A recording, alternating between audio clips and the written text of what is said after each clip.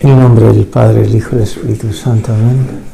Que el Señor nos bendiga, nos dé su luz, nos dé su Espíritu, para que sepamos apreciar y vivir con intensidad la espiritualidad de Santa Teresita del Niño Jesús. Tu verdadero amor, tu verdadero amante, influye en nuestros corazones ese mismo amor. Gloria al Padre, y al Hijo, y al Espíritu Santo. Como era en el principio, y ahora y siempre, y por los siglos de los siglos. Amén. Pues muy bien. Antes que nada, pues eso, avisaros que he pensado estos últimos días, reducir un poco el tema de las tres charlas relativas a la Eucaristía en Santa Teresita, por varias razones. Yo pienso que lo más importante es que concretamente Santa Teresita no habla apenas de la Eucaristía. Hace un siglo pues parece que no se trataba con ese sentido amplio que tiene la Eucaristía, que abarca pues como decía Santa Teresita, varias cosas: la Sagrada Eucaristía, es decir, el Santísimo Sacramento, la Santa Misa, la comunión y la adoración. Esos son los grandes capítulos, ¿no?, en los cuales se podría hablar. Pero para eso, claro, era la idea un poco sacar unos textos relativos a cada uno de esos temas para luego explicarlos. Pero me ha parecido más conveniente, en cierto modo, pues intensificar un poco esa presencia real de Cristo en la Eucaristía y esa fe profunda en ella, que es un misterio definitivo de amor y de humildad con Dios, y reducirlo a una primera charla. Entonces lo vamos a hacer así. Podríamos decir ahora que el tema que engloba los demás temas es Santa Teresita del Niño Jesús o de Lisieux y la Santa Eucaristía. Hay una historia relativa a su vida que se saca normalmente pues de esa historia de un alma que escribió, como los técnicos dicen, ante dos exigencias, dos superioras, una de ellas su hermana y otra era María de Gonzaga, con la cual pues pasó los últimos años y murió en cierto modo entonces, ¿no? La vida de Santa Teresita es muy corta, 24 años, ¿verdad? La vida religiosa es relativamente intensa, porque empieza con los 16 años, ¿no? Fue hasta Roma a pedirle al Papa que le diera permiso para entrar así joven en la Orden del Carmelo, donde había entrado ya su hermana Paulina, Inés. Entonces vamos a llevar, como os decía, este sistema de esa historia eucarística de Santa Teresita de pequeña, donde ella nos presenta pues todas sus diabluras, resalta muy bien su carácter excesivamente pues dominante, apasionado y muchas veces pues dejándose llevar por los sentimientos, que los va corrigiendo poco a poco. Viene perfectamente retratada en la historia de un alma, en esas dos versiones que os decía. Lo que vamos a sacar de ellas pues es que la primera etapa está muy condicionada por su padre y sus hermanos. Es una vida pues muy intensa de fraternidad, de hermandad con ellas, con grandes disgustos por pequeñas cosas y un amor verdaderamente profundo de su padre. Su madre murió cuando tenía 4 años, creo, y entonces es un hueco que podemos decir que fue compensado por ese amor tan apasionado de su padre. Sabéis que han sido elevados a los altares tanto el padre como a la madre de Santa Teresita del Niño Jesús. De esa historia pues he venido a resaltar algunas cositas, ¿no? Y una cosa curiosa es que su padre llevaba todos los días a Santa Teresita a hacer la visita al Santísimo Sacramento. Y todo eso marca para siempre la experiencia de esa hija tan religiosa, ¿no? Luego también tiene un relieve especial en las procesiones.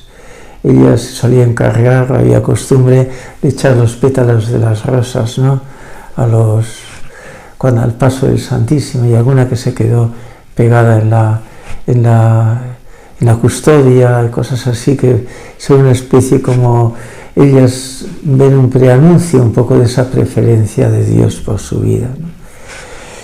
Y luego la misa dominical también era una cosa muy hermosa en ella, ¿no? Que iba el padre con la madre, con sus 4 o 5 hijas, según que iban haciendo, ¿no? Según el tamaño que tenían y la capacidad de participar de la Santa Eucaristía.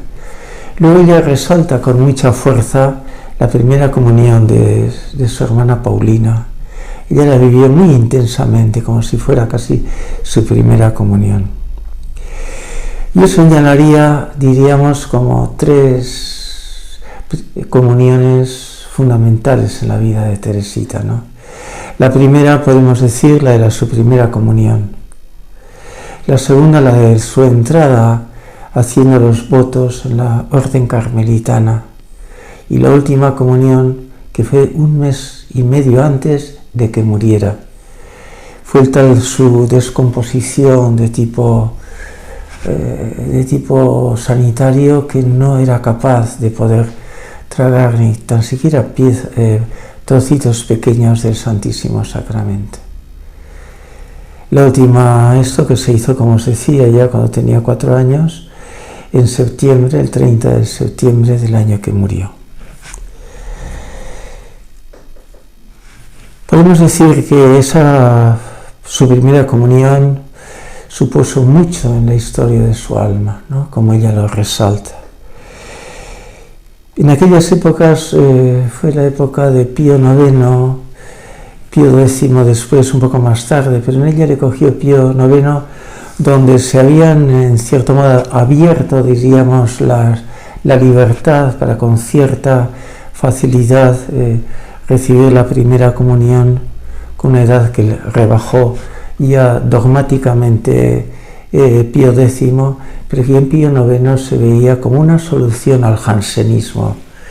En aquella época, y concretamente aquí en nuestra zona del País Vasco, tiene una fuerza tremenda el jansenismo, que era un poquito, además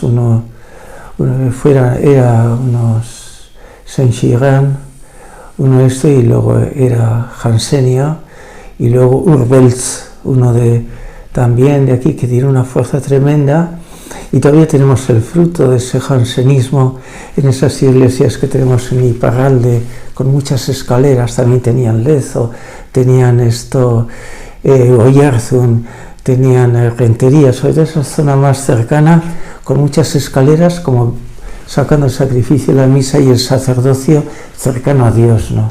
Daba a entender que la gente del pueblo, que era pecadora, no podía acercarse con frecuencia a la Eucaristía, ¿no?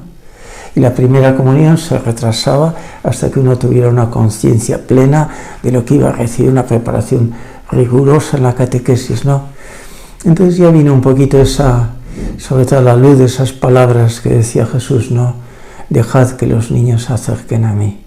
Entonces eso influyó mucho, sobre todo en Pío XII, para adelantar. Ya vemos que en tiempo de Santa Teresita ya se había acercado mucho a la edad y los confesores eran muy amplios a la hora de dar facultades a los penitentes para que se confesaran con más frecuencia y recibieran también con más frecuencia la Sagrada Comunión. Hay una frase impresionante para esa edad de Santa Teresita, que decía que su primera comunión para ella fue el primer beso de Jesús a su alma. Lo que significa es un signo de amor, de predilección, de amor profundo, ¿no? El primer beso de amor de Jesús a mi alma. Y la primera comunión pues se realizó pues con unos preparativos muy intensos, una buena preparación tanto en el ambiente familiar como en la catequesis. Y entonces pues no cabe duda pues de que fue una primera comunión que llenó y marcó para siempre la vida de Santa Teresita del Niño Jesús. Sabéis que luego vienen esos años donde ella está luchando por su vocación. Cuando entra su hermana ya, Paulina, ella también quiere entrar, hace ese viaje a Roma con su padre, habla con León XIII, León XIII era el anterior a Pío IX, sí. Y entonces el Papa le dice pues que sí, pero que por él no había inconveniente, pero que hablara con los carmelitas para que le dieran el permiso, con las autoridades carmelitanas, ¿no? Y entonces empieza un proceso así un poco triste para ella, que se da cuenta que siempre ponen algunas pegas, pero de todos modos entró ya con una edad preferente, creo que eran ya 16 años en Ciencia.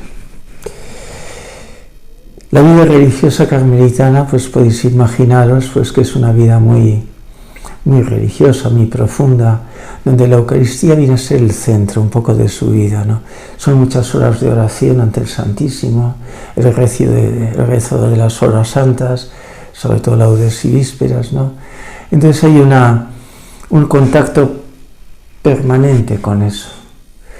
Y eso está alimentado por las doctrinas fundamentalmente de Santa Teresa de Jesús, que ella fue la revolucionaria en este orden de cosas, que nos presenta, dice ella, una espiritualidad basada en la humanidad sacratísima de Jesús, humanidad y sacratísima de un Cristo resucitado. Es decir, se presenta como el amor para esas jóvenes pues que quieren embarcarse en la vida religiosa con toda su responsabilidad, pero pensando que el que les espera es Jesús, el que les guía es Jesús y su amor definitivo es Jesús. Entonces, pues la comunión frecuente no era dependía un poquito del sacerdote, el confesor, Ella sufre mucho por este lugar, por esta razón, y hay algunas poesías que son verdaderamente interesantes en este sentido. Ella decía: no puedo recibir la Sagrada Comunión con la frecuencia que deseo, pero Señor, ¿no eres tú todopoderoso? Quédate en mí como en el sagrario, no te alejes nunca de tu pequeña hostia. Es esto que indica un poquito el amor profundo y la entrega generosa de Santa Teresita. Pero ella dice una cosa importante, dice: no tenemos que estar esperando a nuestros deseos. Os digo que Jesús está deseando que nosotros nos acerquemos cuanto antes a comulgar. Es decir, la iniciativa de Dios no es que nosotros amemos a Dios, sino que Él nos ha amado primero. Y Él dice en alguna otra frase que Él está mucho más contento que expuesto en la Eucaristía en el alma de un fiel, ¿no? Que ese es su mejor sagrario para Él. Entonces esa poesía que decía ella, ¿no?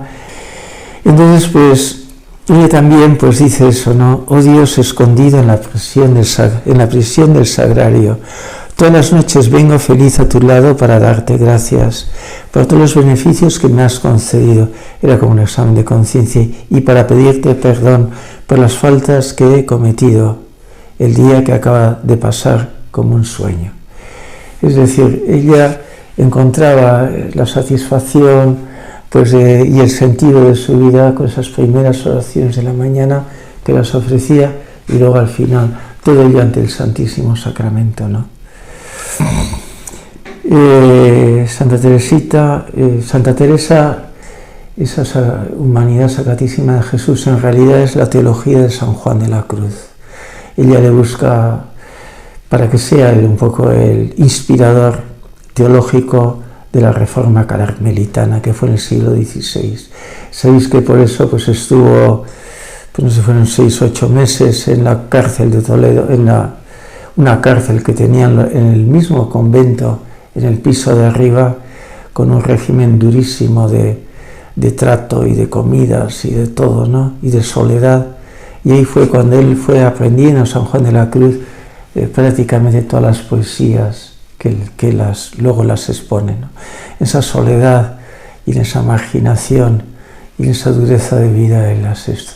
Y él, Santa Teresa, que estaba entonces, se da cuenta del valor de San Francisco, de San Juan de la Cruz.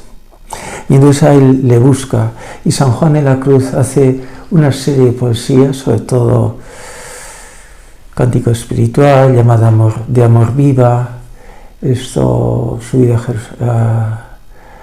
al Monte Carmelo, o sea, en las cuales casi el tema central es el amor, pero un amor que viene ya prefigurado en la Santa Eucaristía.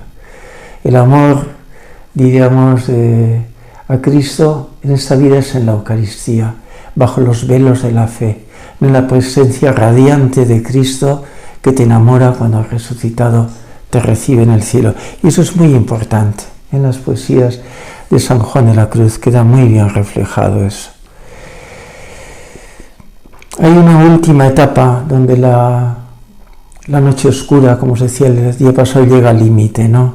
La última etapa de su vida, cuando en la Semana Santa, cuando tenía ya 23 años, la Semana Santa, el Jueves Santo, la noche del Jueves Santo, cuando empieza la Pasión, ella al entrar en la capilla tiene una hemotisis, la ruptura de una vena pulmonar que le hace sacar pues un chorro de sangre, ¿no? Ella lo esconde para que nadie se da cuenta, pero aprovecha para entregarse a Jesús. Como Jesús pues quiere padecer esa noche terrible, la noche santa. Así como Jesús acepta esa misma noche el cáliz del Padre, si en el huerto de los olivos, cuando se están durmiendo los otros tres que les ha llegado, Padre, si es posible que pase en mí este cáliz. Dios Padre le ha presentado el cáliz terrible de la pasión. Alguno decía, Cantalamessa decía que el Padre sufre como el Hijo, por el amor intenso que hay entre los dos. Pero parece que le va a dejar solo. Y entonces pues ahí está un poco el tema ese, ¿no? Que Jesús acepta el cáliz, le cogen a él, empiezan los improperios, la condena a muerte del Sanedrín, en la cárcel del palacio del templo de Jerusalén, donde se les da un trato ignominioso por parte de los policías de allí, y a la mañana siguiente de salir el sol donde Pilatos, ¿no? Que luego empieza todas las torturas de la pasión, aparte del juicio, ¿no? Los azotes de la columna, que decían algunos que a veces solían morir, que solían echar hasta 3 litros de sangre. Los datos que vienen del Imperio Romano, algunos incluso morían. La corona de espinas, el llevar la cruz, la crucifixión con los clavos, todo aquello es lo que en ese cáliz. Y Santa Teresita hace algo parecido. Yo quiero participar de la mesa de los descartados, de los pecadores, de los más profundos pecadores, para que la misericordia de Dios llegue a ellos también. Jesús daros cuenta que las últimas palabras no son las de la condena, el juicio final de Jesús, sino cuando le están clavando en la cruz: Padre, perdónales, que no saben lo que hacen. Y Santa Teresita adopta una postura parecida. La última comunión de Santa Teresita, que es trágica porque es un mes y medio antes de cuando va a morir, y desde entonces no comulga porque no puede comulgar. Incluso le dicen algunas esto y le dicen: sí, ya quiero, y empieza a llorar ella porque se da cuenta que aunque quiere no puede. Cristo, Dios Padre quizá le retiró incluso el consuelo de la comunión. Y lo último lo hace el 18 de agosto de ese mismo año y medio, mes y medio antes de morir, cuando ofrece su comunión, así como la primera le hizo por un criminal, la segunda la hace por un carmelita apóstata que debía tener un éxito con sus predicaciones y se había apartado de la iglesia, de la fe, y estaba excomulgado, y era un problema tan terrible de moral para ella que ofrece su última comunión por él. La comunión última de Teresita pues tiene esas características. Ella se ha cerrado ya, viene lo que es la auténtica noche oscura, tiembla su fe, como os decía el día pasado, ¿no? Llega incluso a la herejía y al suicidio. Hay momentos en los cuales tiene unas tentaciones terribles. Parece que Dios se ha nublado de la vista de Dios como de Jesús, ¿no? La noche oscura de Cristo tiene su culmen cuando una hora antes de morir se nubla todo el cielo. Es la auténtica noche oscura de Cristo. Y la de esta también era igual a la de Teresita. Pero en ese ambiente ella ve algo en el futuro, que Cristo es su esposo y que no le va a dejar morir así, que después vendrá todo lo demás, ¿no? Ella ha escuchado las poesías de San Juan de la Cruz y tiene una poesía que dice: mi cielo está escondido en la pequeña hostia en que Jesús, mi esposo, está escondido por amor. La humillación de Cristo llega a esa humillación de ella. La cegazón de Cristo a la luz y a la presencia de su Padre Dios la lleva a ella con la misma intensidad. Los últimos días, como os decía, de la pasión de ella son verdaderamente en continuos dolores y en continua oscuridad. Lo que hay, no cabe duda, y esto es muy importante para reafirmar esto, es un poco que Teresita lee mucho el Evangelio y sobre todo a San Juan y sobre todo el tema de la Eucaristía, el capítulo 6 de Juan, ¿no? Que es cuando precisamente es el tema de la Eucaristía, ¿no? Es el único evangelista que nos habla de esto. Así como Juan, porque saca el último evangelio, no presenta la institución de la Eucaristía, los demás dicen: esto es mi cuerpo, que es por vosotros. San Juan no, les da el mandato del amor, les da la presencia del Espíritu, pero se refiere al capítulo 6, cuando después de la multiplicación de los panes le quieren hacer rey, van a Cafarnaúm, y Jesús dice estas palabras que yo pienso que son verdaderamente impresionantes y que dan sentido a la Eucaristía. Se da en Santa Teresita diríamos una especie de encuentro transformante por el Espíritu Santo. La comunión nos da la comunión frecuente, aunque no os creáis, ya sé que hacéis los tres, que es importantísimo. Hay una labor que no la apreciamos, pero que constantemente nos va transformando Dios. Aunque nos da la impresión de que incluso los mismos pecados cometemos, no. Cristo, a través del Espíritu. Ya sabéis que la Eucaristía además es un acto de la Santísima Trinidad. Te pedimos, Padre, se dice en la perífrasis que se dice, te pedimos, Padre, que envíes tu Espíritu para que este pan y vino se conviertan en el cuerpo y en la sangre de Jesús. Entonces Dios entra también en un alma donde el que me ama me amará, vendremos a Él y haremos morada en Él. Es decir, esa morada de Dios se alimenta con la Eucaristía. Y eso es lo que nos tiene que animar también, aunque sea conscientemente, el ir progresando en nuestro encuentro con Él. Jesús dice en el capítulo 6 de San Juan, cuando la gente le pide que le dé de comer ese pan para que no muera para siempre, no entiende nada. Comieron vuestros padres, murieron, el que come de este pan vivirá para siempre. Y luego dice: el que come mi carne y bebe mi sangre permanece en mí y yo en él. El que come mi carne vivirá por mí. El que come mi carne tiene la vida eterna y yo resucitaré en el último día. Yo soy la vid, vosotros los sarmientos, y esa comunicación con Cristo es participar de la gracia divina, de la vida de gracia. Entonces Teresita conoce todo eso, sabe que la comunión es lo más grande, que es una especie como de prenda, para un día participar ya del encuentro personal con Jesús, no con un pedacito de pan, sino en la postura gloriosa, santa, admirable de Cristo resucitado. Entonces ese amor, diríamos, un poco filial que tiene Santa Teresita, ¿no? De ser como un muñequito en manos de Jesús, de ajustarse a los brazos del Padre, de ser un muñequito con el cual juegue Jesús hasta que se aburra, o un pincelito para que lo vaya pintando Dios, diríamos, la vida de gracia del mundo. O sea, se va transformando con su misma transformación ya, diríamos, biológica, cuando va cogiendo la pubertad y la juventud en un amor apasionado por Jesús resucitado.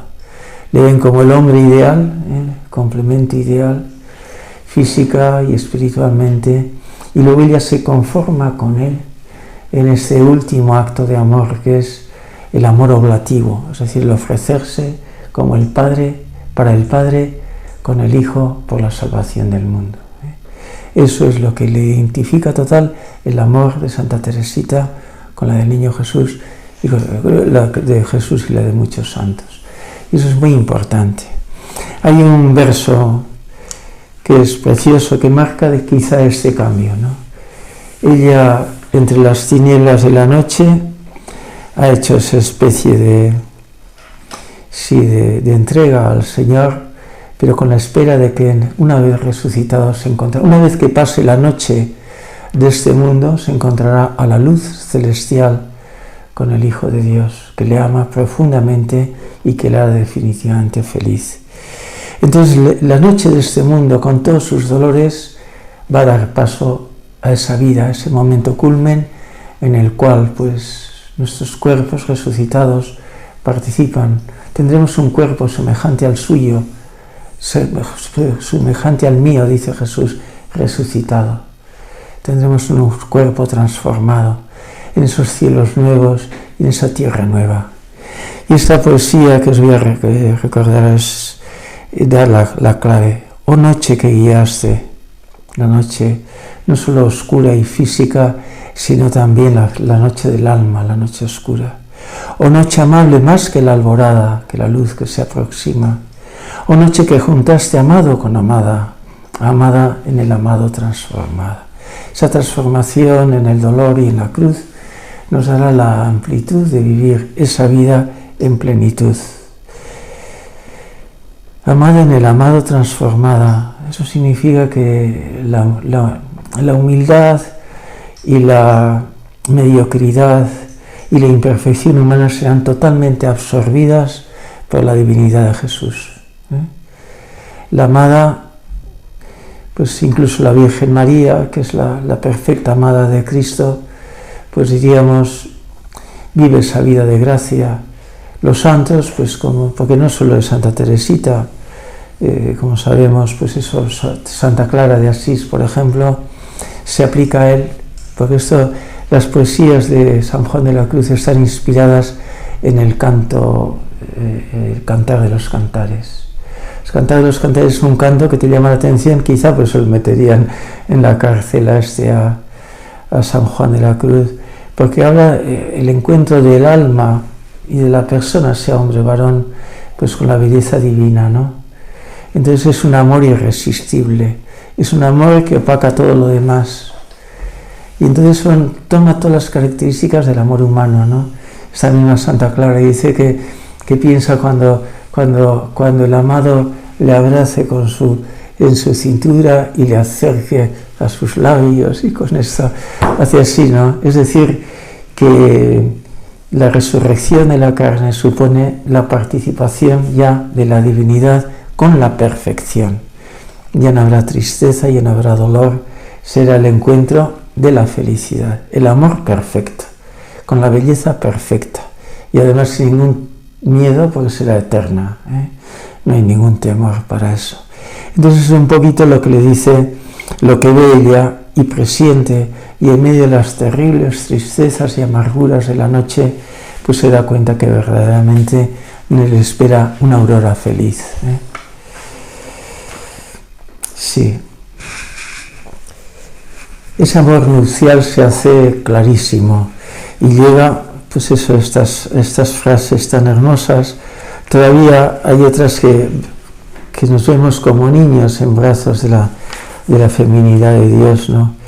Pero la última frase, que es ya, percibe ya esa grandeza del amor cuando pasaba la noche y a los primeros rayos del alba de la resurrección de Cristo, que traía la luz definitiva para siempre, sin muerte ni dolor, dice: quedéme y olvidéme, el rostro recliné sobre el amado, cesó todo y dejéme, dejando mi cuidado entre las azucenas olvidado.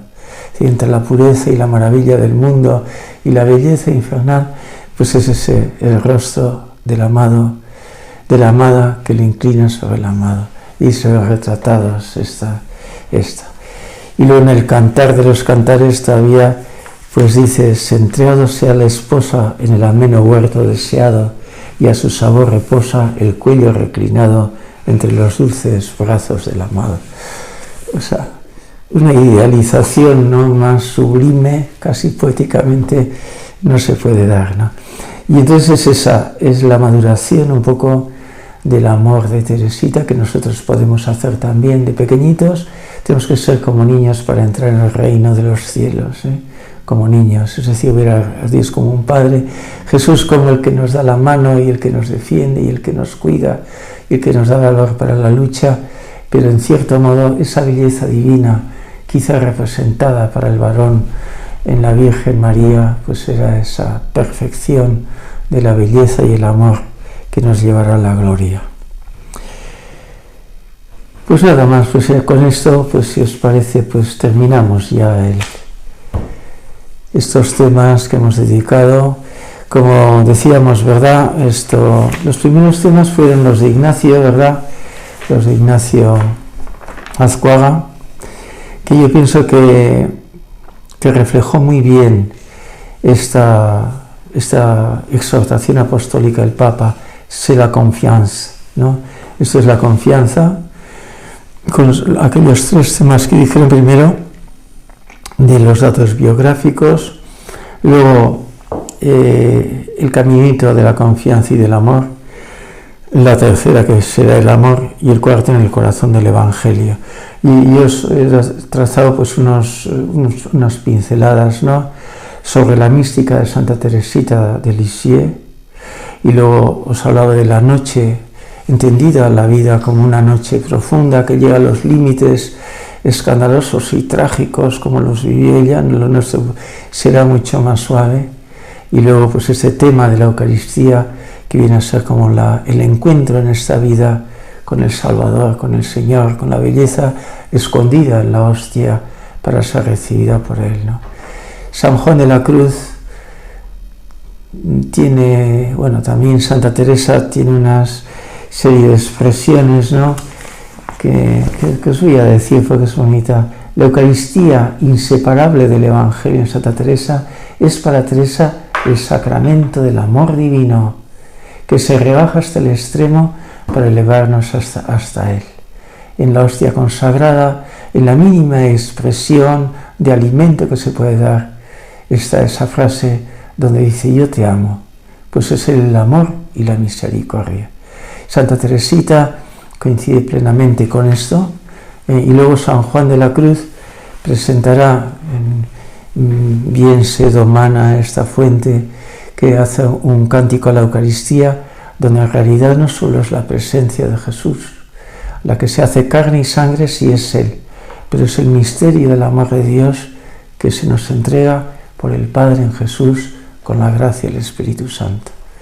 Entonces la Eucaristía tiene, pues podemos decir un poco el fundamento, diríamos, de la espiritualidad casi carmelitana también, y de toda espiritualidad cristiana. Pues muy bien, pues nada más.